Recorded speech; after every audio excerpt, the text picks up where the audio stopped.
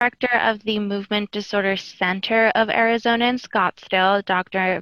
Evidente is a fellow of the American Academy of Neurology and a member of the Movement Disorder Society. He has been a frequent presenter and an invited lecturer at national and international conferences.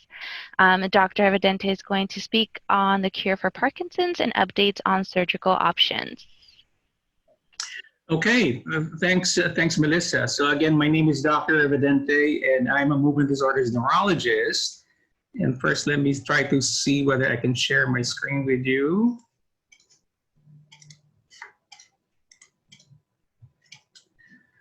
Okay.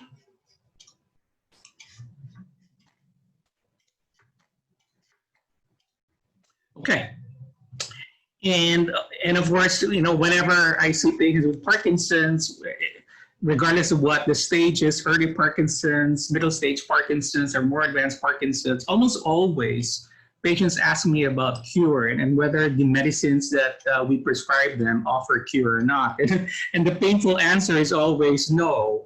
The current medicines that we've prescribed for Parkinson's are all symptomatic treatment of their symptoms. And none of this have actually offered cure.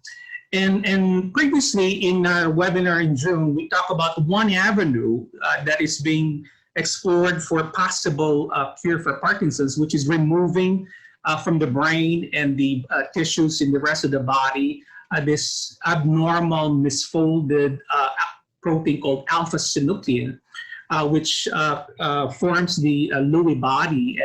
And cells that are ridden with misfolded alpha-synuclein tend to degenerate and die, and therefore we talk about the different studies that have been done and that are ongoing on how to remove alpha-synuclein or how to reduce the clumping or aggregation of alpha-synuclein in the brain and the rest of the tissues. But today I'm going to talk about a different topic, which is regeneration of brain cells.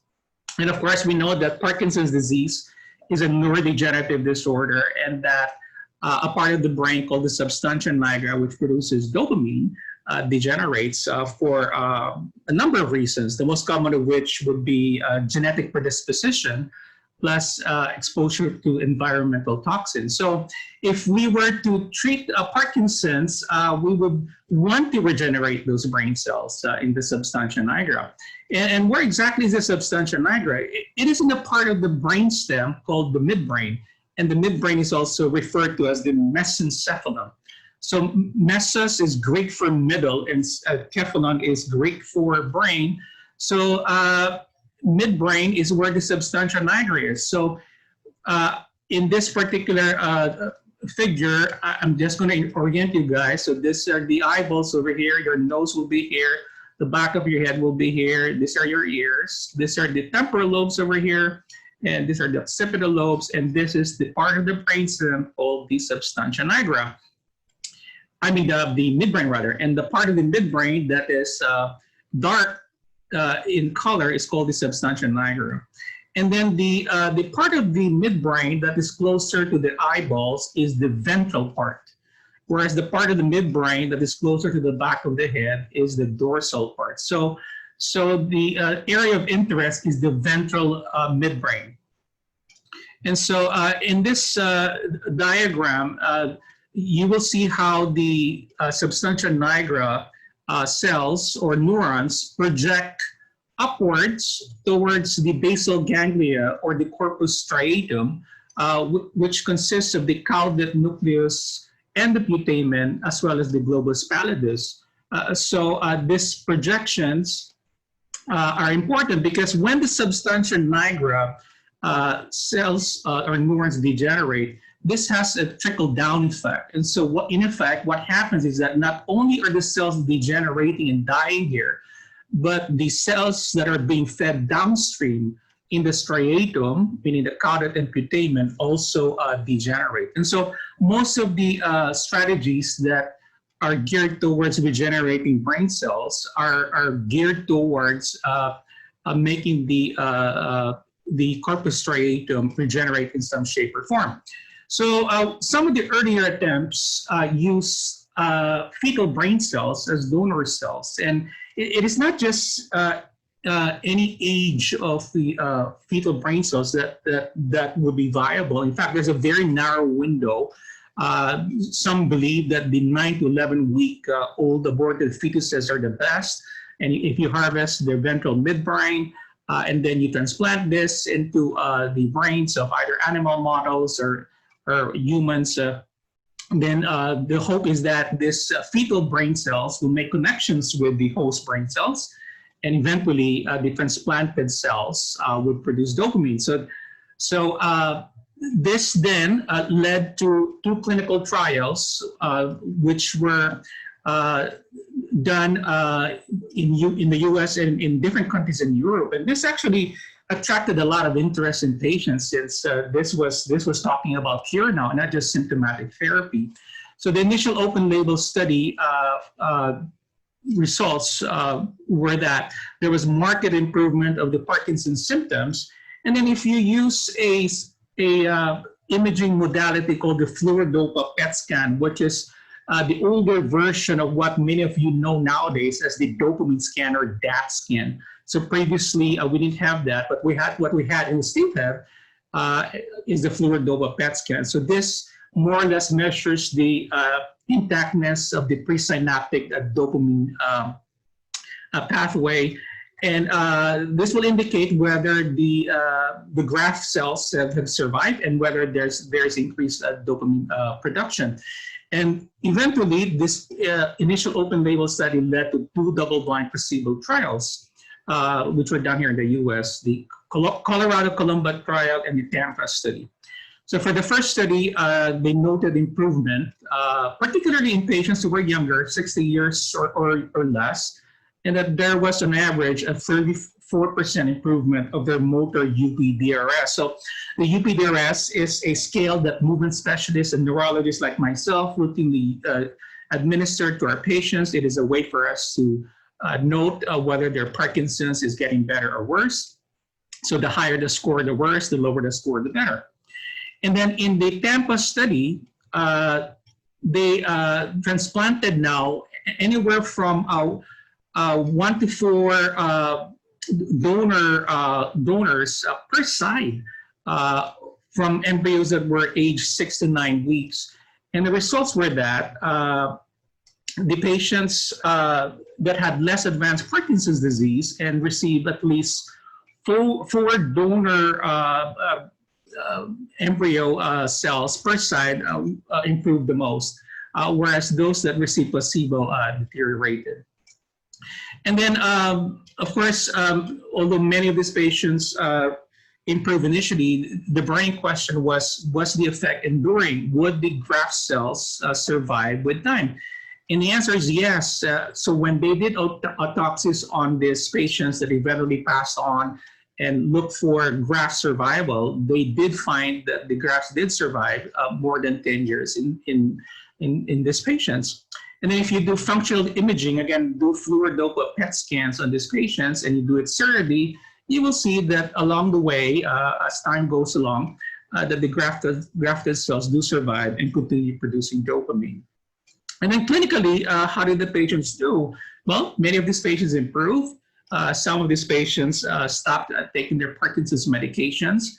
But the downside is that a good percentage of these patients develop graft-induced dyskinesia. So in other words, the graft cells eventually produce too much dopamine, and therefore this excessive dopamine causes dyskinesias. And this was an issue because there was absolutely no way to take away, the cells that you've implanted into the brain, and the only way to deal with this was to give them medicines to suppress the dyskinesia. Or some of these patients eventually underwent deep brain stimulation to reduce their dyskinesias. And then some patients lost effect after a few years, and the question is this a result of progression of the disease, or is this a result of the embryonic grafted cells just dying, and therefore there's less and less of these embryonic cells producing a dopamine with time. And then what was even more alarming was that a few of these patients developed some brain tumors, although very, very uncommon. And then there was this very interesting finding that they found on autopsy in some of these patients, which is the transplanted grafted cells, about 1 to 5% of them develop Lewy bodies. And so the Lewy bodies, which is misfolded alpha-synuclein, were obviously in the host brain cells, and the hope was that the transplanted fetal cells would remain unaffected all throughout. And what they found was that some of these brain cells, actually fetal brain cells, actually were infected, quote unquote, with Lewy body. So here's a picture of the typical Lewy body. This is a brain cell or neuron. This is the nucleus. And then in the cytoplasm, you see this very nice purplish-looking round body, which is called the Lewy body. It's got a halo, which is comprised of what's called Lewy neurites, and these are the filaments which so far have not clumped together and formed the Lewy body. And so these are pathology slides of two patients that made it to autopsy after they passed on after having received fetal brain cell transplants many years before. And what you see here in one of these specimens is the Lewy body right here. And then in the second patient, you also see the Lewy body right here. So and I guess this would be a function of time in the sense that as time goes along, many more and more of this grafted cells can get infected by the host brain cells and develop misfolded alpha-synuclein and eventually Lewy body and eventually degenerate and die themselves. So in other words, they most likely will not last forever.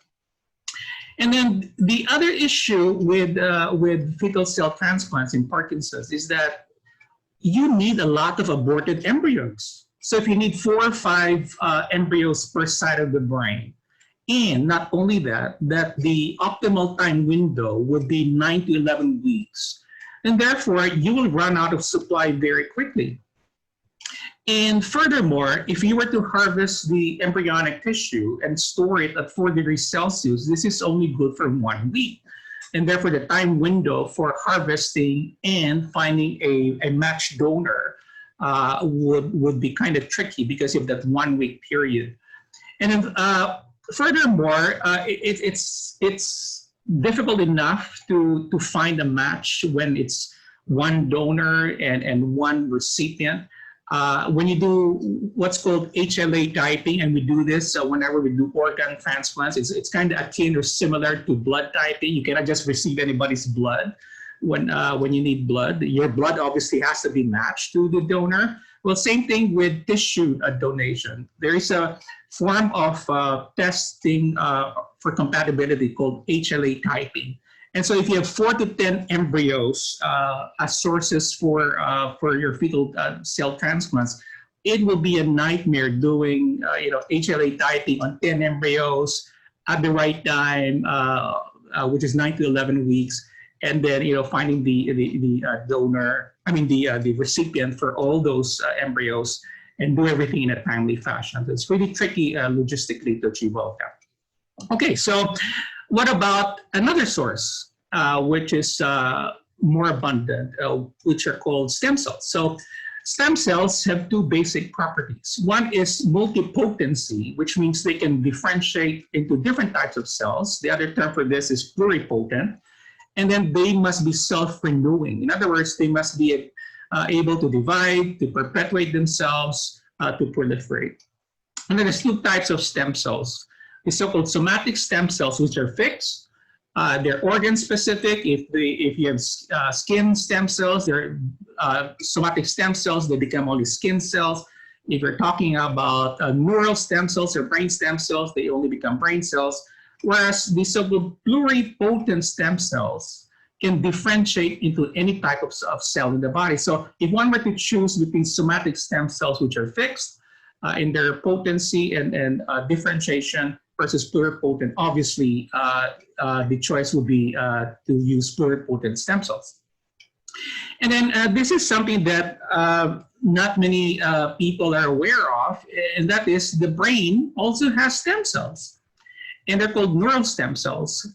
They're not very abundant in the adult brain. They're more abundant, no doubt, in the developing brain. And given that the supply is limited in the adult brain, obviously the best source for neural stem cells will still be embryos. And then if you were to look at the anatomy as to where stem cells are in the brain, and if again were to orient you, imagine your ears to be here on this side, the top of your head over here, the bottom of your head over here. And this is the so-called lateral ventricle. So outside of the wall of the lateral ventricle, the so-called subventricular zone, which is a rich area for stem cells. And then if these are the temporal lobes, the medial part is right around here. There's a structure called the hippocampus, and the hippocampal dentate gyrus is another rich source. And then the olfactory bulb, which has to do with olfaction or sense of smell, is somewhere here in the bottom. And then the striatum, which I alluded to earlier on, which is the caudate and the putamen, is a less fertile source for stem cells, even in embryos. Okay, so pluripotent stem cells sources are either embryos or you induce them. So when it comes to embryos, the sources will be either spontaneous abortions, aborted fetuses, or this is also available in clinics that do in vitro fertilization. So these so-called unused embryos can be repurposed and used as a source for embryonic stem cells for cell transplant. And then what's even more exciting are the so-called induced pluripotent stem cells. So the way this is done is you get a somatic cell, which is supposed to be fixed in terms of its fate. You reprogram it genetically, and then you make it into a different kind of cell. And so what are the most common somatic cells which are used for to produce induced pluripotent stem cells? So the richest sources are the skin and the blood. And then there's other sources like fat, cartilage, bone marrow, and also the umbilical cord blood. Now the pluripotent stem cells can come from one cell, but that's called autologous, which is the preferred source, meaning because there's less chances of rejection, versus another person that's called allogenic. And if you have allogenic sources of your stem cells, you obviously need Hla typing. And then it undergoes this really complex, difficult to comprehend and more so difficult to explain process of inducing first with some genetic manipulation, and then exposing those pluripotent stem cells to cytokines. It really depends on what cytokines you use. It is some sort of a formula or a recipe, and the recipe for producing dopamine cells out of this pluripotent stem cells consists of this sonic hedgehog, the fibroblast growth factor A, and the glycogen synthase kinase 3 beta inhibitor. So in other words, if you use this methodology, the pluripotent stem cells that you get from the skin or from other source, the blood, eventually will become dopamine producing cells. Okay, of course, any of these therapies will have some risks. One would be infection. And so one way to avoid that is obviously making sure that if you go for iPS cell-based therapy, that you go to a reputable center, and a center, a lab with good, that adheres to good manufacturer practices in accordance with FDA regulations and other regulatory agencies. And then there's a small chance of tumor production. In fact, this has been seen not uncommonly in years after, not only in Parkinson's, but in other diseases that have been amenable to stem cell treatment. For instance, here in the side of the pons, which is the part of middle part of the brainstem, you see this tumor over here. which is not supposed to be there. And then here in the lower back, in the lumbosacral region, these are the vertebrae, these are the discs, this is the back of your lower back. And then right here, it's supposed to be the nerve roots. And you see this thing here, which is a tumor, which is not supposed to be there. So both this tumor in the spinal cord and this tumor at the side of the brainstem developed in a patient who had received neural stem cell transplantation. And then similar to the embryonic grafts, there is a chance of dyskinesias. And the risk factors for this appear to be, looking back at those patients, it appears that those that already have levodopa-induced dyskinesias to start with, and those with severe motor fluctuations seem to be more at risk for graft-induced dyskinesias. And again, this could be very difficult to manage because there's absolutely no way you can take out those cells that are producing too much dopamine. And then what about umbilical cord blood stem cells? So they've actually done studies in rats, and you can actually induce Parkinson's in rats by exposing them to certain toxins, like for instance, MPTP in monkeys.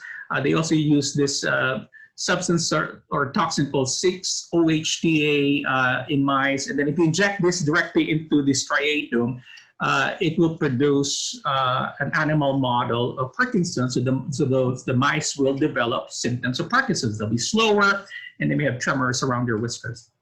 So if you were to harvest, therefore, the umbilical cord blood, and this is usually rich in different types of stem cells, including neural stem cells, and then now you transplant those into the striatum, what they found out was that this umbilical cord blood stem cell differentiated into dopamine neurons within 4 months, which is really promising. And there was also improvement of the motor deficits in the rat PD model.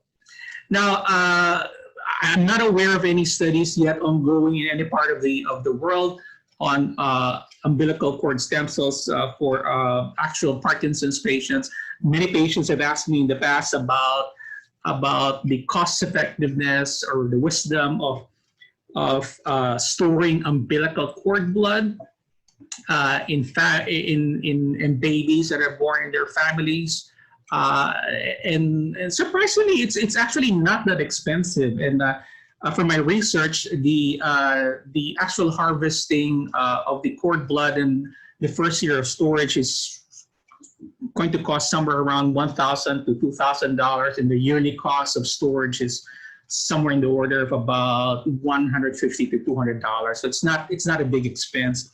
Although obviously, given the lack of studies as to whether that will be useful for Parkinson's, is obviously a gamble in one's part, and you kind of have to just place your bets that this will be useful in the future. If not for Parkinson's, perhaps for something else, either for yourself or for other individuals who are of the same HLA type. And then what about gene therapy? So the basic principle with gene therapy is to replace bad DNA with good DNA. And so the principle would be to introduce genes, which are therapeutic genes, to either replace a bad gene, to silence a gene that is bad, or to correct a gene that's faulty. And the way to make this work is you first need a viral vector to infect the brain cells. And obviously, it cannot just be any virus. It has to be a virus that is innocuous to humans. It must not be pathological to humans. Secondly, it must be infectious in the sense that it will infect brain cells quite effectively. And thirdly, it should not induce a very strong immunological response. Obviously, you're not going to be interested in the virus like the COVID virus, which is not only highly contagious and infectious, but also induces a very strong immunological response. You don't want that kind of virus. Now, the one that fits that tab is the adeno-associated virus, or AAV for short. So we have the viral vector. Insert the gene into the viral vector, and then you introduce the viral vector and the gene into the brain of the host, and the hope is that the gene gets incorporated into the host DNA, and then now you monitor the clinical response In this case, the motor scores and the symptoms of Parkinson's, and you also do PET scan, fluid PET scans on these patients looking for evidence of increased dopamine production. For instance, as far as the PET scans are concerned, this is somebody who had a PET scan before transplantation into the striatum. What you see in red here would be the hot spots for dopamine. And then 6 months after the transplantation, you see more red areas in the striatum, which tells us that there's now more dopamine producing cells. So this is one way for us to determine whether the grafts are, number one, surviving, and number two, are they producing dopamine, aside from the fact that we monitor these patients clinically. And then as far as the different kinds of gene therapies, some are non-disease modifying, whereas the others are disease modifying. So non-disease modifying means you just treat the symptoms. Whereas disease modifying means you slow down the progression of the disorder, you stop its progression, or even better, you regenerate the brain cells that have been lost or that have died. And one of the more commonly publicized studies on the non-disease modifying gene therapy involves a gene that is responsible for the production of an enzyme called AADC, or aromatic amino acid decarboxylase, or dopa-decarboxylase for Parkinson's. There is evidence that this enzyme is reduced. And if I were to just give you a little bit of biochemistry, this is L-dopa, which is Cinnamate.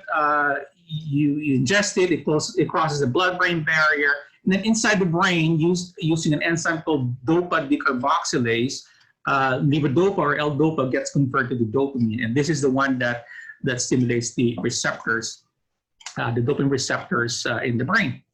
And so an early phase 1 study in 2009, which studied about 10 Parkinson's patients in the moderate stage, they used this approach of the AADC gene, and they used an AAV-2 viral vector. This was implanted into the striatum in both sides. And what they found was increased on time without dyskinesias, which is good, which is the best on time, and then reduce off time at 6 months. And then there was improvement of the motor scores, the UPDRS, by 30%, both in the off state and the on state.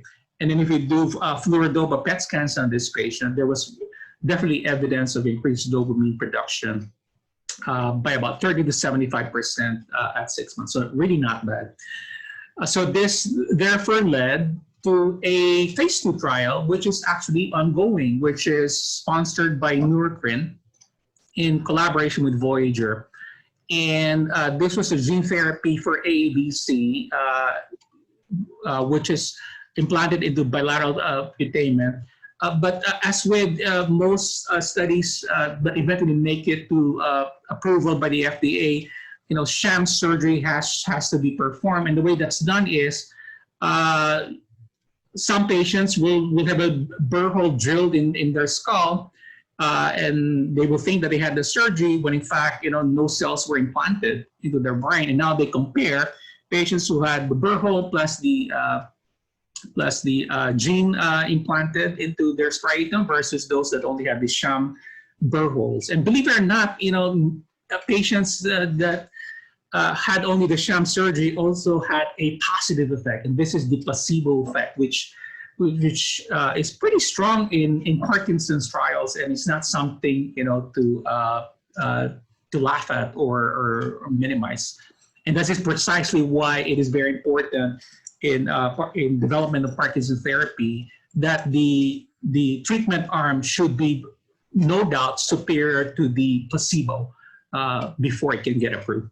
So Restore 1 study is a phase 2 trial. They want patients ages 40 to 75, 12-month follow-up, 21 visits, AADC gene versus sham. They need about 85 patients, and this is ongoing. And then this will be followed by a phase 3 trial, which I believe is delayed because of the pandemic, called Restore 2.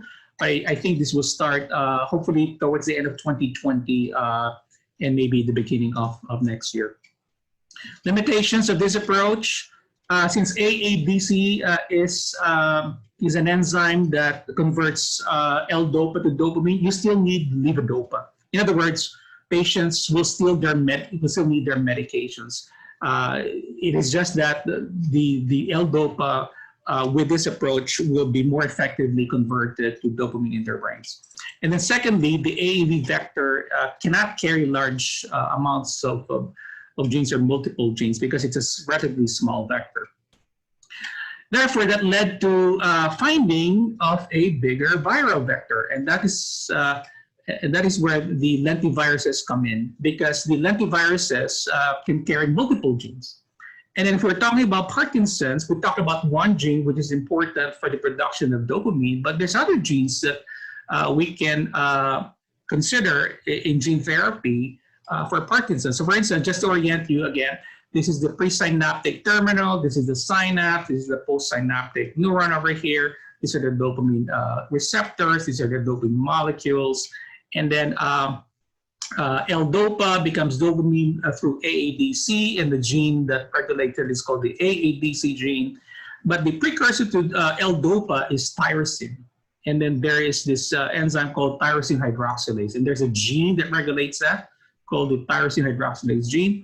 And then you need a cofactor called BH4, tetrahydrobiopterin. And then this particular cofactor comes from GTP, and you need another enzyme called GCH1, which is regulated by a gene called GCH1 gene. So can we put all three genes which are involved in the production of dopamine into one virus? And the answer is yes. It has to be a large lentivirus, and the first one developed that can carry all three genes is called Pro7. And this was developed by Oxford Biomedica. In 2014, they initiated their phase 1 and phase 2 studies. This was an open label trial. 50 patients were done, 12-month follow-up, and there were only 2 sites in France and in the UK. And there was bilateral injection of this Pro7 into the putamen. And what they found was significant improvement of their motor scores at 6 and 12 months. And not surprising, again, the most common side effect was increased dyskinesias. And then they went one step further. They developed something even better than Pro7 called AXO-Lenti-PD.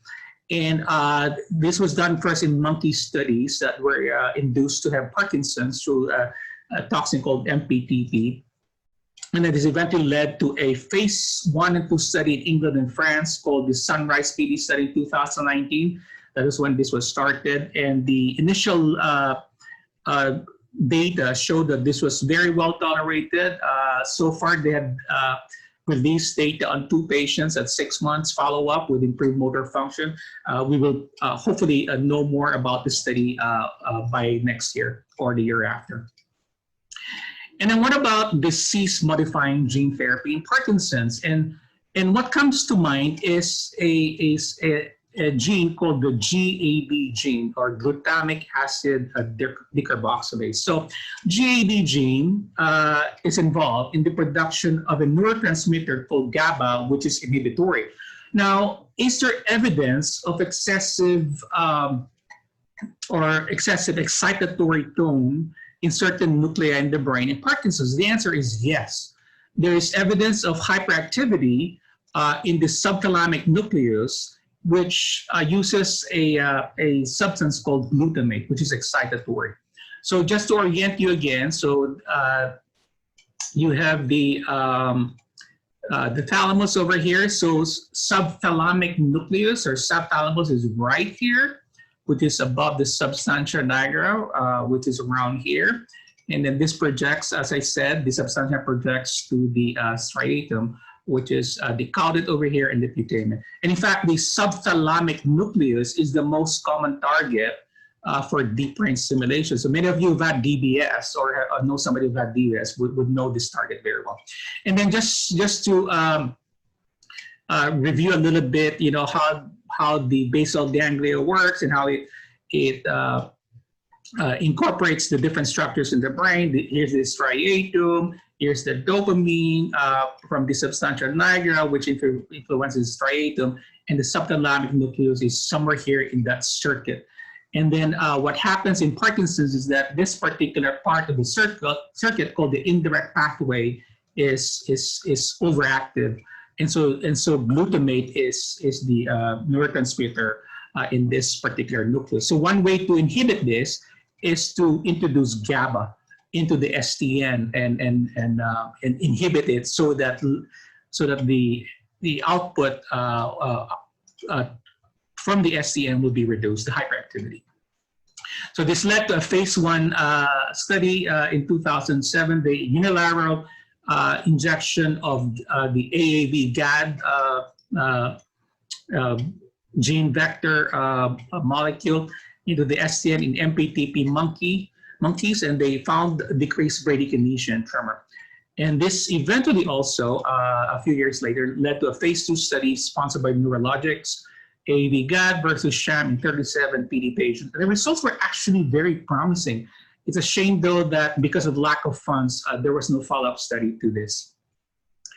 And then what other disease-modifying genes can we use using this technology? Well, we can use neurotrophic factors. So neurotrophic factors are substances or factors that increase survival of brain cells.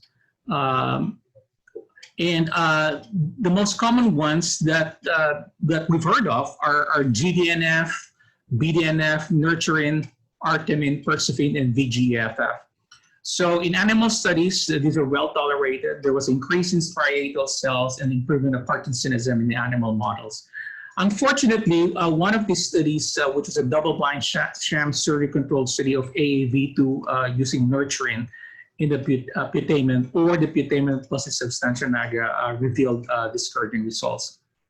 However, earlier this year, an open-label study was initiated by Brain Neurotherapy. This is a phase 1b study of GDNF. It's a different neurotrophic factor this time, which seems to be more promising than nurturin. It is actively recruiting, and the closest to Arizona are geographically are UCSF and Ohio State University for those that might be interested in contacting them. And the study will infuse the GDNF AAV2 bilaterally into the putamen. So this is an actively recruiting study.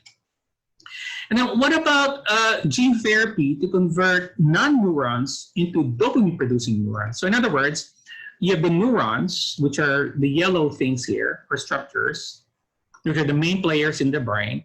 And then you have the astrocytes, which are green, which are support cells and the nourishing cells in the brain. And then you have other non-neurons in the brain, including the microglia, which are involved in the defense against foreign substances and microorganisms. And then you have the oligodendrocytes, which produce myelin, which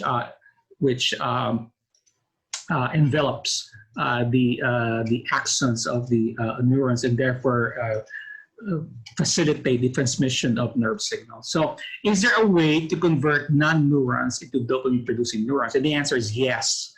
An animal study was published in Nature, which is a very highly respected basic science journal in June of this year. A study out of UC San Diego, a single treatment of PTB antisense oligonucleotide was injected into mice midbrain, and this inhibited a gene called PTB. And what is the result? That resulted in conversion of the astrocytes, which I showed you in the previous slide, into dopamine-producing cells. Wonderful. So this provided proof of concept that this was possible, this was feasible, and therefore this is something that can be explored in the future, hopefully next in humans. And they also observed that the mice that had this treatment had improvements of their PD symptoms. Okay, so most of the things or interventions we've discussed so far involve surgery, but not everybody is a fan of surgery. In fact, some of my patients are deathly afraid of surgery. The moment I talk about surgery, they kind of zone out and start talking about something else or just refuse to discuss it. And I respect that very much. So is it possible to do gene therapy without surgery? So in theory, how can one envision this? So one way to envision that this may work is to inject into the vein the same viral vector with the gene incorporated into the viral vector, and then give that viral vector some sort of a mechanism or a GPS to home into the brain cell, into the brain, and not only to any part of the brain, but to the parts of the brain that need to be influenced, which in the case of Parkinson's would be the striatum or the basal ganglia. And so there's two hurdles to this concept. One is there has to be a way for the gene viral vector to cross the so-called blood-brain barrier, which is supposed to protect the brain from bigger molecules and foreign substances. And number two, the viral vector must be able to seek the target. So it must have some sort of a GPS. So we have to find a viral vector that homes into the striatum innately. And so just as a review of the so-called blood-brain barrier, so this is a capillary, which are the smallest blood vessels. This is the normal blood vessel versus the blood vessel or the capillaries in the brain. So the non-brain capillaries have holes or pores where molecules that are big enough can squeeze through and exit from the lumen of the blood vessel into the tissues. Whereas if you look at the capillaries in the brain, the pores are really, really tight. And they're called tight junctions. They have no pores. And also, not only are the capillaries tight in the so-called junctions, but they're also surrounded by the glial brain cells, and which add a second layer of a barrier from substances to go from the lumen of the blood vessel to the brain. So is there a way to penetrate the blood-brain barrier? So first, let's look at the viral vector. And I'm going to first talk about the AAV vector, since this is the virus of interest that we discussed earlier. So here's the typical AAV virus. So this is its nucleic acid or DNA, and then it's got this covering or shell called the capsid. And then the capsid consists of 60 proteins, which in this cartoon is represented with different colors. So there's 60 different proteins. So can we manipulate the proteins? For instance, insert some amino acids so that the AAV capsid is modified and will be able now to penetrate the blood-brain barrier? And the answer is yes. They've found ways to modify the proteins in the capsid or capsule or the envelope of the AAV, and therefore be able to cross the blood-brain barrier. And there's about 13 strains that they found out, of which the one that penetrates the blood-brain barrier the most is this strain called AAV PHP.B. And then there's another way to actually increase the permeability of the blood-brain barrier to allow different substances, including medications and so on and so forth, to cross the blood-brain barrier more effectively, and that's called focus ultrasound. And some of you would have heard about focus ultrasound, which is an alternative to deep brain stimulation in patients with severe essential tremor. So it is a surgical-less way of lesioning the part of the brain called the thalamus through ultrasound, which if you focus, hundreds of these beams of ultrasound to one fine target and magnify it, so to speak, into that one target area, then you will create a lesion. So this technology can be used to increase the permeability of the blood-brain barrier. And then the second question is, does the AAV PHB.B virus have an innate affinity for the striatum? So the one way to test that is to insert a piece of DNA into any of these viruses that you want to test, and then this particular DNA will make it fluoresce And so if you test different viruses, for instance, the AAV9 virus, and this is the striatum over here, and you see that it doesn't fluoresce very much. So this tells me that the AAV9 virus doesn't have a great affinity for the striatum, which is right around here. And yet, if you look at the AAV.php.b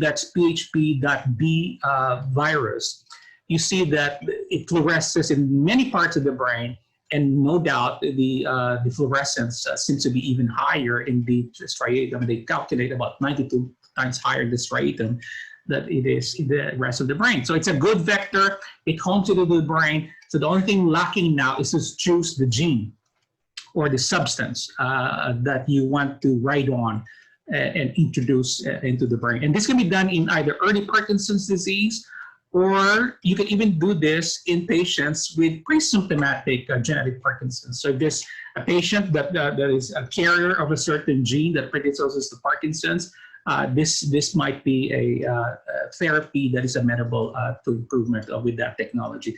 And then in advanced Parkinson's, this technology can also be used to reprogram the striatal astrocytes, which are the support cells, they're non-neurons, to become dopamine neurons. And then this particular technology has also been utilized for the GBA1 gene, which is, believe it or not, the most common gene defect that is seen even in sporadic Parkinson's. So the GBA1 gene produces an enzyme called glucocerebrosidase. And those that have the GBA1 gene mutation are 5 times more at risk for Parkinson's, and they're also more at risk for more severe Parkinson's. So this enzyme called glucocerebrosidase, and where do you find them in the cell? You find them in special organelles called lysosomes. And these are the lysosomes right here. And the lysosomes are organelles that are involved in digesting food particles. They're also digesting excessive materials which are not needed. They're also involved in digesting toxins and waste products, so that the toxins and waste products do not accumulate within the cell. And so if there is a defect in the production of these enzymes, including glucocerebrosidase, like for instance, you have the GBA1 gene mutation, you produce less of these digestive enzymes. So therefore, what happens is toxins and waste products accumulate within the cell. And eventually the cells will die. And as we discussed in the previous webinar, there is more misfolded alpha-synuclein in these cells, and therefore these cells die even more easily. So they've done this in mice studies. What they found was a significant increase in glucocerebrosidase, which is, again, the digestive enzyme, which is good, and then a much lower alpha-synuclein in the brain. And so this now led to the so-called PROPEL study, which is sponsored by a company called Prevail Therapeutics. This is a phase 1/2A study of a product called PR001A, which is the GBA1 gene. But they will first do a gene test on the participants. They have to make sure they have at least a mutation of one of your alleles for the GBA1 gene, that you're at least a heterozygote. And then this gene viral vector is injected into the intracisternal spaces, most likely in the spinal fluid in your back. And then 2 doses will be tested, or should I say, the surgery rather will be done in this case. Not injecting, but surgery will be done. And then they will compare these 2 doses versus sham surgery, and the duration of study is 5 years. And they need 16 participants, and this is actively recruiting in a number of sites. And then lastly, there's this really fancy way of genetic manipulation called gene editing. And then most likely what will be amenable as far as Parkinson's are concerned are those with mutations in some of the genes for Parkinson's. So mind you, currently there are about close to 20 genes for Parkinson's, and the most common of which is GBA1 gene and the LRRK2. And there's this tool called CRISPR, which stands for Clustered Regularly Interspaced Short Palindromic Repeats, which is being used for different diseases, or even in plant studies or animal studies that's being used to edit genes. And the basic principle is that it involves two molecules, a single-strand RNA called a guide RNA, which is known as CRISPR, which will home into the DNA sequence of interest.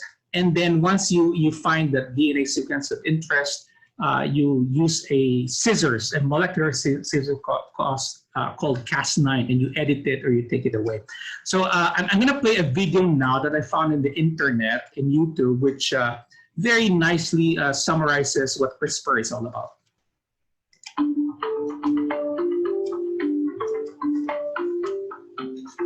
CRISPR. It's science's potential secret weapon for treating inherited diseases like sickle cell anemia and muscular dystrophy.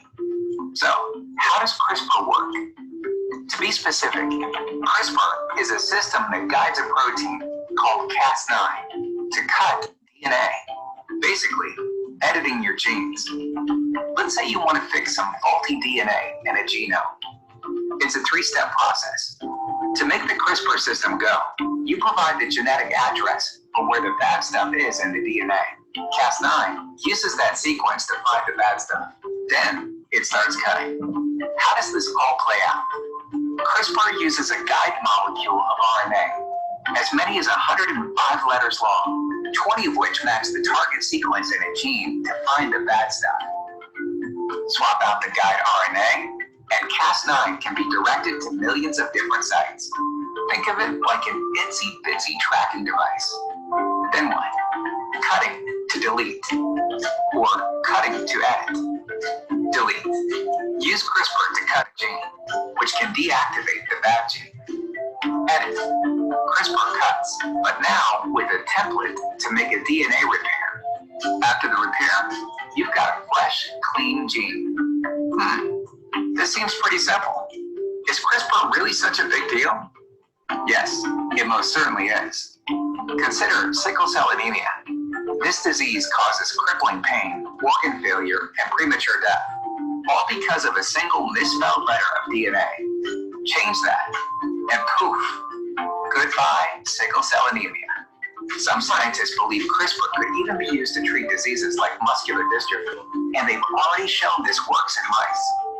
Okay, so getting the CRISPR ingredients into a human body isn't going to be easy, but scientists are working on it. Okay, so I really love that video since it concisely explains what CRISPR is all about and about the principles behind it. Unfortunately, CRISPR can be used in a bad way as well. For instance, you can actually genetically modify babies if you wish with this technology. And the way to do this is to alter the DNA in the reproductive cells. And so you literally can choose, the sex of the baby, the physical features, what diseases they will be protected against, and so forth, and so on and so forth. So this creates a moral and ethical dilemma, and there actually is a ban almost universally on doing this. And this is how a Chinese biophysicist got into trouble in 2018 when he, in an international meeting in Hong Kong, he actually announced that he for the first time in the world, that he created the first genetically modified babies with good intentions, though, because his intention was to remove the CCR5 gene, which predisposes to HIV. So if you remove that, these babies become resistant to HIV. So this is something very important for couples where one of the couple is HIV positive. So the intentions were good, but again, this is a technology which has moral implications. But let's talk about the good applications for this, especially for what we're interested in, which is Parkinson's. So is this moving forward in the arena of Parkinson's? And the answer is yes. And in fact, the Michael J. Fox funded a research which has to do with downregulation of alpha-synuclein using this approach. So So there is a gene called the SNCA gene, which is the alpha-synuclein gene, which is responsible for production of alpha-synuclein. So the hypothesis is, the working hypothesis is, if you do gene therapy using CRISPR, can you lower the alpha-synuclein production and alpha-synuclein clumping? And so this seems to be a very sound idea, and we will see over the years how this research, goes along. So back to my earlier slides is, I think we're coming closer and closer to finding the cure for Parkinson's. Ever since I was a fellow more than 20 years ago, almost every month or so, I read something in the medical journals or read something in the internet or see something on TV about the so-called cure for Parkinson's, and yet so far we have no cure. So whenever you read something that is touting to be the cure for Parkinson's, most likely that's bogus. But as I mentioned in my previous webinar, I think one approach that will work is removing alpha-synuclein from the brain for antibodies to rehash, repurpose medications that will reduce the clumping or aggregation or dissolve what's already in your brain or in your tissues. And now, based on what we discussed today, use stem cell therapy and gene therapy to regenerate cells generated in Parkinson's. And with that, I'm going to end, and I'm going to open the floor for any questions.